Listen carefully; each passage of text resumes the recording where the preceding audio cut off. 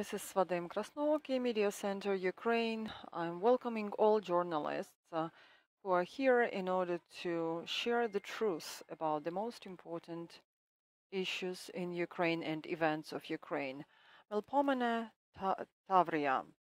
So that's a very renowned festival that has been organized since 1990s and has never been cancelled.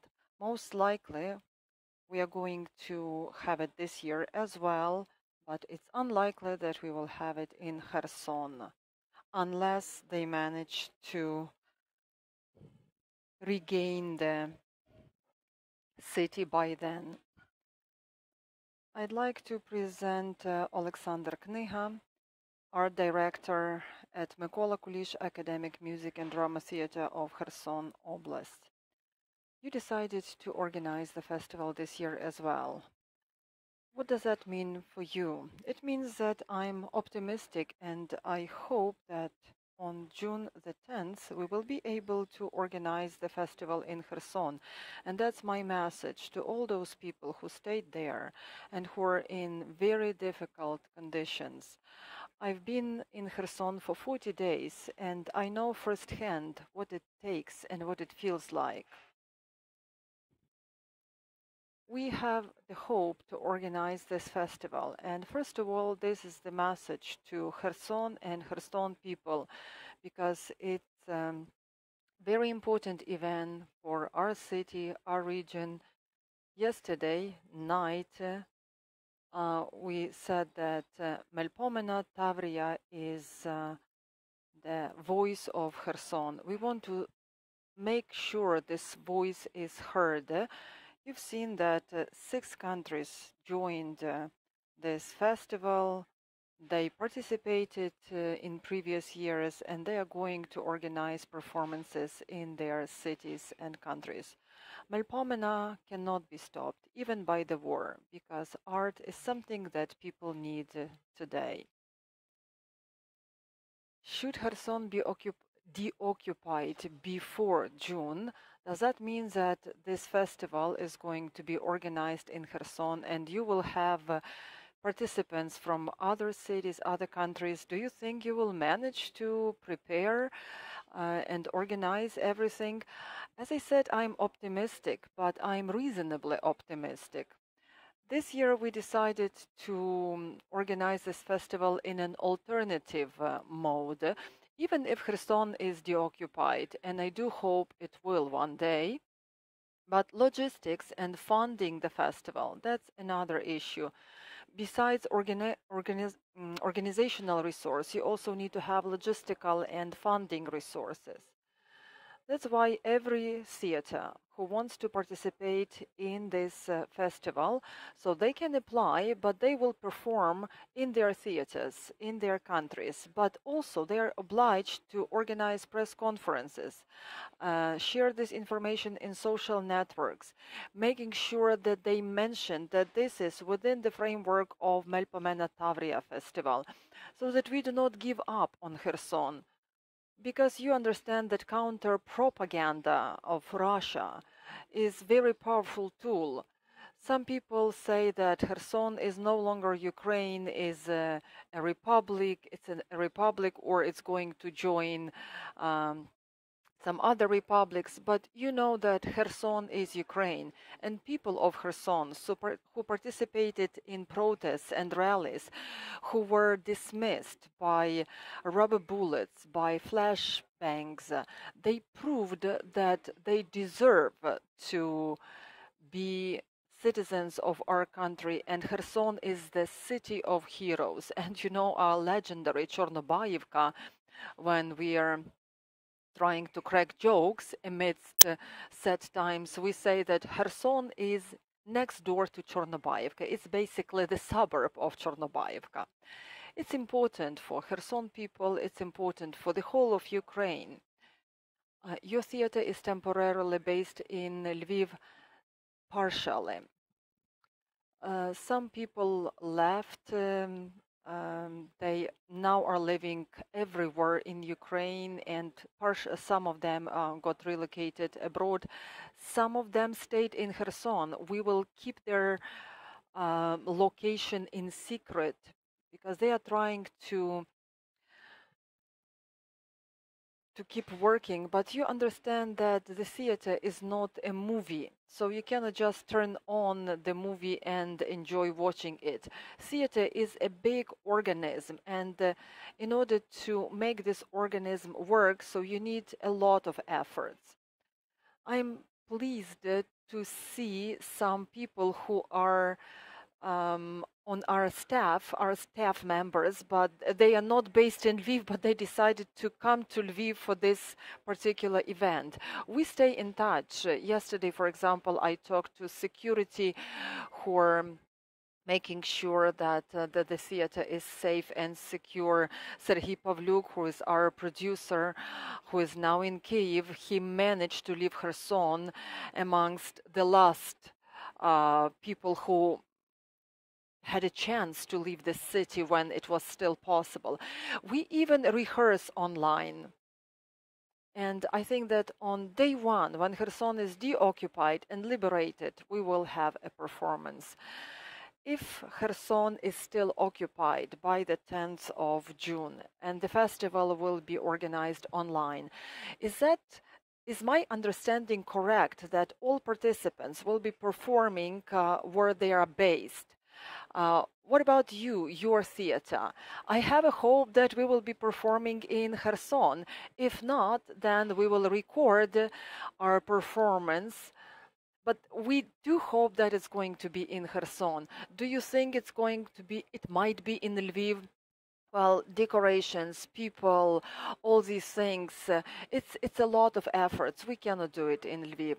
I understand. So you are going to coordinate the whole event. That is correct. Some theaters are even offering to send us the video version of their performance. And we will have the link to all of those resources. They will be on YouTube of our theater channel, on other resources. If possible, we will be broadcasting live. Given the circumstances, it might be difficult. We know that in Kherson region there are issues with communication and internet connection. There are challenges, of course, but I am absolutely positive that people of Kherson will be able to see what we do for their support and for their sake and for them. You saw war firsthand with your own eyes, and you saw the Russian occupation in Kherson. What is your feeling, and what do you make of it? I've been asked by journalists many times what I feel about that. It's not only about the food that is not available in grocery stores. It's not about the medication that is not available when you need it there and then. It's hard to realize that you are living under pressure, constant pressure. I left Kherson after 1 month, 1 month after the war started, because my home was visited by many armed people. They were searching for something in my home. There also members of regional parliament were affected.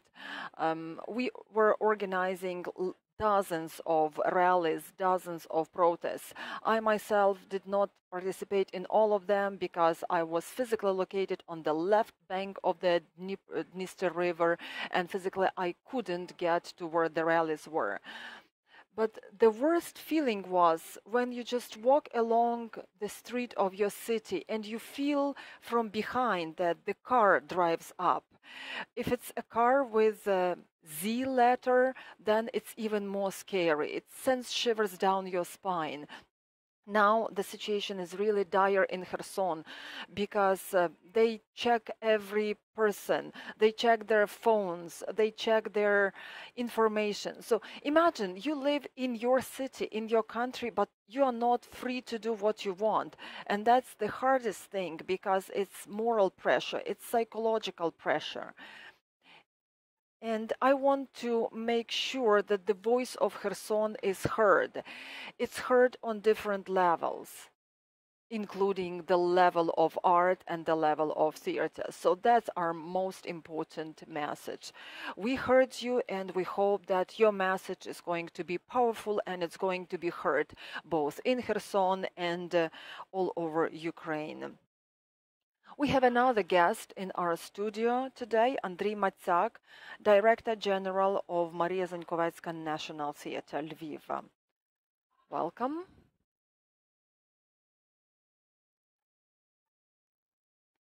It's an honor for people from Zankovetsky Theatre to provide assistance to our dear friend Alexander and the festival Melpomene of Tavria. We as Lviv Theatre and the theatre of Western Ukraine, we are going to participate in this festival. We are going to perform because we want to honor this wonderful brand, this wonderful festival, Melpomene of Tavria. Zankovetsky Theatre is going to perform Cassandra by Lesa Ukrainka and Life PS. That's military performance. I'm sure that most of you have seen this performance already. Let me reiterate again that for myself personally and for our theatre, we are honored to have a chance to help our friends. That's why I feel for them. I'm really sorry about what they have been through and are going through. I feel for all people of Kherson and all Ukrainians who are now in occupied territories. But I cannot but express my pride by what I see and what our citizens demonstrate in such heart-wrenching times. Myself and Alexander, we are 100% positive that soon, very soon, thanks to our armed forces, our warriors, our volunteers, our great people, we are going to liberate all our cities, and our theaters will get back to work and will be performing. Why Lviv became the shelter for Kherson Theatre Festival? We've been friends with Alexander for years, for decades, I'd say, and Alexander is a brilliant leader of his theatre, and he's the founder of this festival. Kherson Theatre is a model theatre for me personally. So we once got together and we talked, and we had this idea so that we can organize this festival this way, so that we do not interrupt it, we do not suspend it, but we make it happen. The theater of Maria Zankovetsky, you participated in this festival earlier as well. Not always. Sometimes there were issues that stopped us from participating, but we did participate several times. I understand that this is your personal friendly relationships, and the friendship between the theaters probably make it happen, right? Because it takes personal relationships and creative relationships to make this whole thing happen. Do we have questions?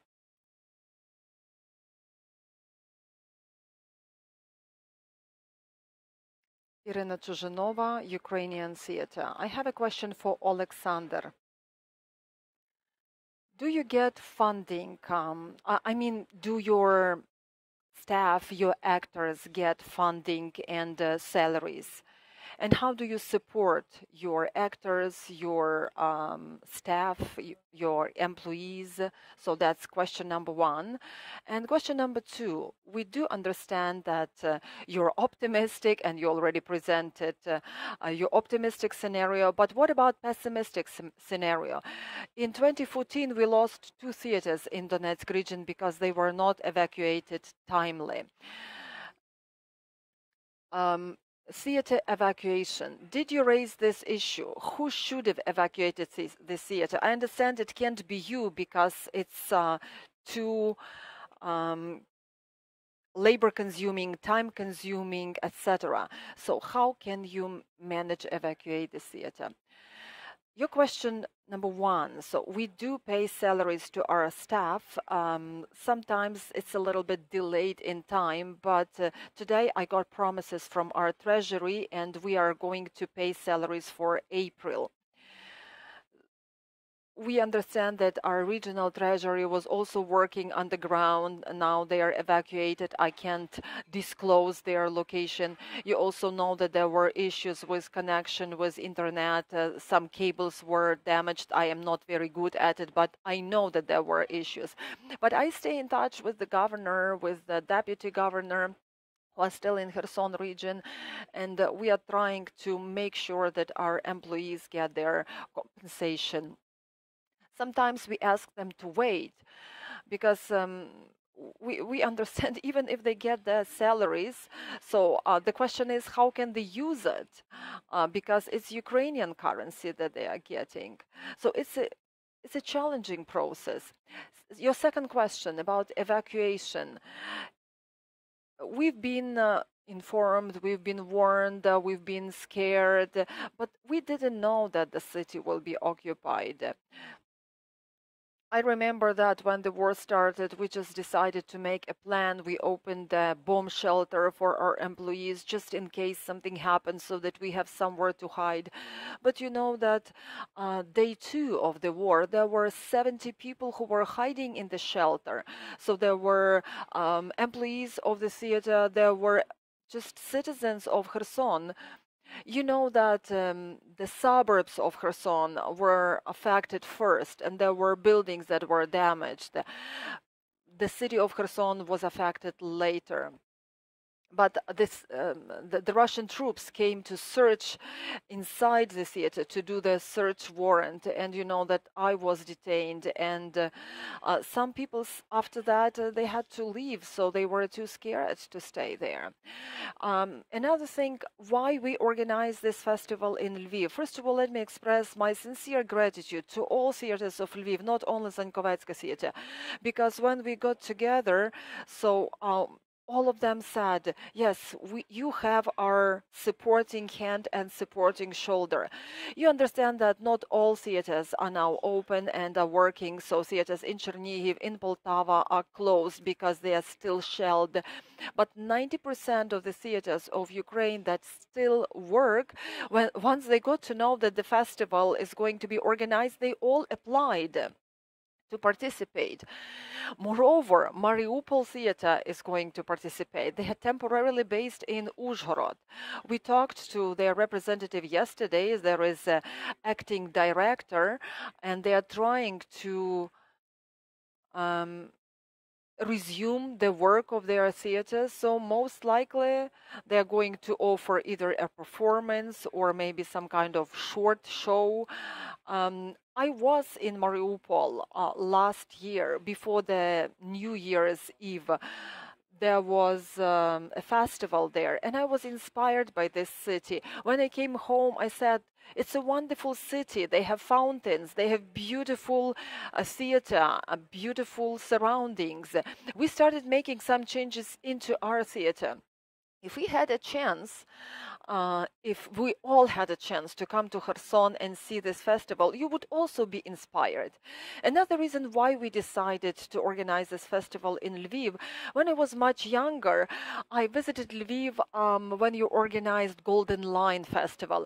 I envied you back then, but I promised myself that I'm going to organize a similar festival in Kherson.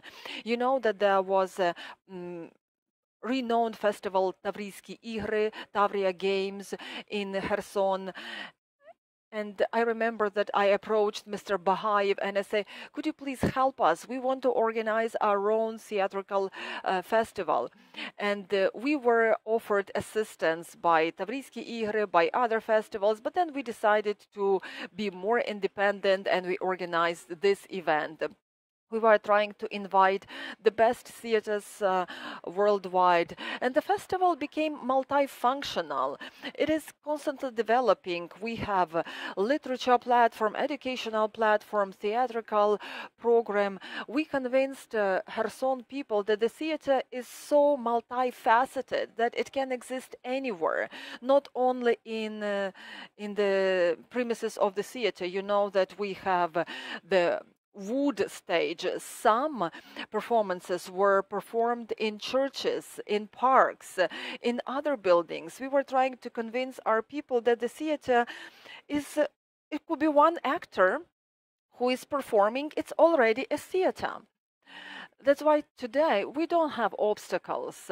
We have issues, but not obstacles. And we want to reach the heart of the people of Kherson. On the 23rd, we were still performing in our theater, and we sold tickets for the 24th and the 25th. We were playing a performance on 4 stages simultaneously. It was a novelty, and we promised to our spectators that keep your tickets that you had purchased. We are going to use them. We are going to perform. We were trying to send positive messages to our people, and I liked one message in particular. Somebody wrote on our page, I remember that when you were playing Gogol's Pomsta, and I remember my wife was weeping and crying in the theater. And now, when I remember this performance, and when I compare to what's going on right now, it looks like déjà vu to me. So we want to organize the theater so that people remember this year as well, so that they understand that we can't live like that. So we have to change things. The weapon that we have, the people of culture, people of art, our weapon is word. Sometimes word is more powerful than firearms. Your answer is very extensive. You actually covered a lot in one breath. Do we have more questions? If you allow me, I'd like to say a few words about international participants of our festival. You know that the festival has the status of international festival, and we have lots of friends worldwide. And we were traveling to Portugal, Georgia, Romania, Poland, and we were not supported by the government, I mean financially. We were counting on our own efforts. And you know that we created this theatrical family, global family, and I'm really pleased that some relatives who I have in the Russian Federation, they did not call. We were trying to convince them, we were trying to send them videos. They refused to believe. They said that this was all staged. But I did receive calls from Georgia, Portugal, Poland. They were offering help. They were asking how we were. So that inspired confidence. That inspired us to continue fighting. And this theatrical community, so they were very responsive. They all decided to apply. They are going to talk about Kherson, about Ukraine, about their support. And it's very important to spread the word. We've heard you. Andriy, what is the city of culture during the war, and what is the place of culture during the war? You know that Zankovetsky Theater responded momentarily. So we were involved in voluntary activity, and I'm absolutely grateful to our staff who were actually, all of them, most of them were involved in voluntary activity. A week or so after the war started, we organized volunteer centers, professional volunteer centers. We realized that this initiative was absolutely necessary. The Ministry of Culture and the regional state administration agreed that we need to continue performing, and I support this idea. We are still involved in the voluntary activities, but we decided to resume our activities as a theater and continue performing. Because as Alexander said, good word, powerful word, funny performance, musical, so might even have a stronger effect than other things. When we resumed our activities and now we are performing, so let's say 50% of our visitors, theater visitors, are people from the East. We are trying to offer therapeutical and humanitarian assistance. You can come and you can watch our performances and enjoy them. People sometimes forget about the nightmares they've been through when they visit our theater. Therefore, as I said, we perform not daily, but we show our performances, let's say, periodically. Unfortunately, we cannot perform all. We cannot show all our performances because some actors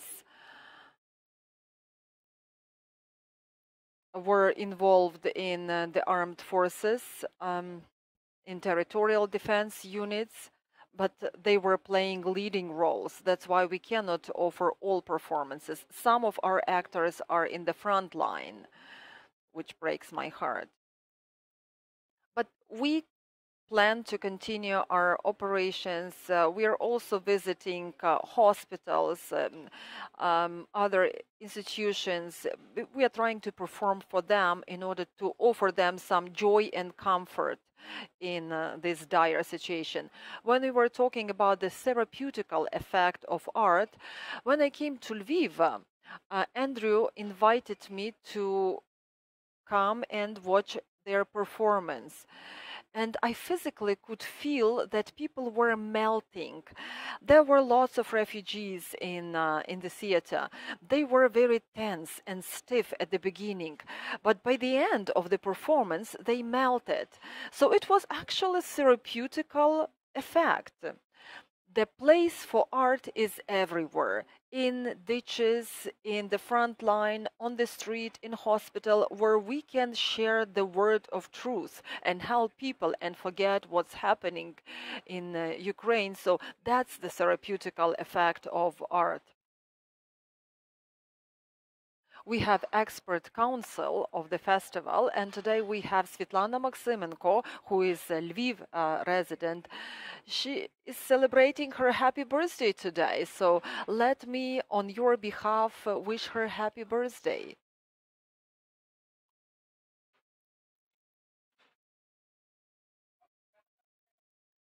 I'm the member of expert council for 20 years already. When you told me that Kherson is Ukraine, but I understand that Kherson is a Russian-speaking city, I thought that you just had unrealistic ambitions organizing this festival. But when now I see what's happening in Kherson, that people with their bare hands, including women, are trying to stop the military machines, and they are sending home those who arrived in tanks, I'm absolutely confident that the function of the theater is educational. It's it's therapeutic, is also artistic. So Melpomene of Tavria is the festival that deserves to be based in Kherson, because any place that is suitable for performances is used for this purpose. So besides 5 stages of Kherson, there are also urban stages. for example, Запорожець за Дунаєм can be played, can be performed on the river shore. Portugal theater can be performed in the open air. This is where Ukrainian mentality is born, in Ukraine, in Kherson. So this is where the nation is born. Only after 23 years we understood what the final result is, what festival Melpomene of Tavria did, what Ukrainian theater did. This is what we see today. Kherson became the fortress of Ukraine thanks to Melpomene of Tavria. I also wish you a happy birthday, and I thank you for this wonderful speech that you made at the end of our marathon. I just want to add one thing to what Svetlana said. We did not only create our stages in different locations, but you know that last year Vlad Troitsky made my dream come true, and we organized the performance in the desert. We sold 1,000 tickets. People came to the desert, and we organized this major performance. That was 30 years dedicated to 30 years of our independence. This year we are trying to go through fire and battle in order to purify our nation, in order to rebear our nation. And I believe that once we stay together and once we support each other, we will manage to do anything. Thank you very much. Dear guests, Festival Melpomene of Tavria will be organized this year, and I wish you every success, and I hope that this year, if not this year, next year for sure, the festival will be back home to Kherson. We had Alexander Kniha, art director of Mykola Kulish Academic Music and Drama, and Andrei Matsak, director general